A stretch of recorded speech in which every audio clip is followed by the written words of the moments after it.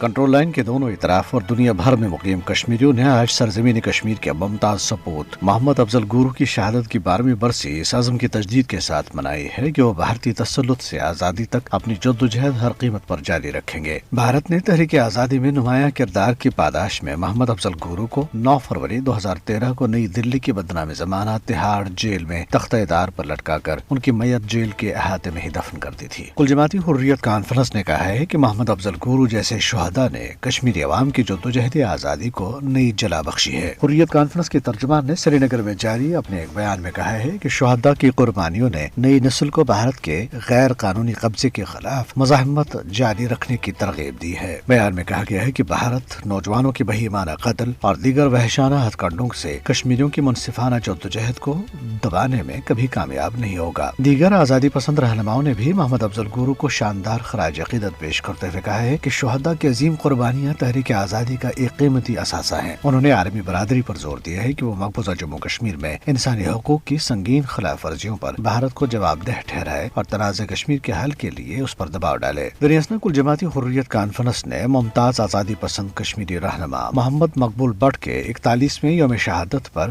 11 فروری کو مقبوضہ جموں کشمیر میں مکمل ہڑتال کی کال دے دی ہے۔ محمد مقبول بٹ کو 11 فروری 1984 کو تہاڑ جیل میں پھانسی دے دی گئی تھی۔ دریاسنا بھارتی فوجیوں نے مقبوضہ علاقے میں محاصرے اور تلاشی کی کارروائیوں کا سلسلہ تیز کر دیا ہے۔ قابض فورسز نے سری نگر، گاندربل، اسلام آباد، بڑگام، پلوامہ، شوپیاں، بانڈی پورہ، سامبا اور کشتواڑ سمیت متعدد اضلاع میں بڑے پیمانے پر چھاپوں کے دوران سم کارڈ کے کاروبار سے وابستہ 30 سے زائد افراد کو گرفتار کرنے کی تصدیق کی۔ قابض فوجیوں نے راجوری ضلع میں بھی محاصرے کی کارروائی شروع کر دی۔ ادھر بھارتی فوجیوں کے ہاتھوں بارامولہ اور کٹھوعہ میں 2 شہریوں وسیم احمد میر اور مکھن دین کے بہیمانہ قتل کے معاملے کے حوالے سے سری نگر میں قومی انسانی حقوق کمیشن میں ایک عرضداشت دائر کی گئی ہے، جس میں قتل کے واقعات کی شفاف اور آزادانہ تحقیقات کا مطالبہ کیا گیا۔ دوسری طرف ضلع گاندربل کے علاقے سونمرگ بازار میں آتش زدگی کے ایک بھیانک واقعے میں کم از کم 50 دکانیں خاکستر ہو گئی ہیں۔ مقامی لوگوں نے آگ بجھانے میں حکام کی تاخیر پر برہمی کا اظہار کیا ہے۔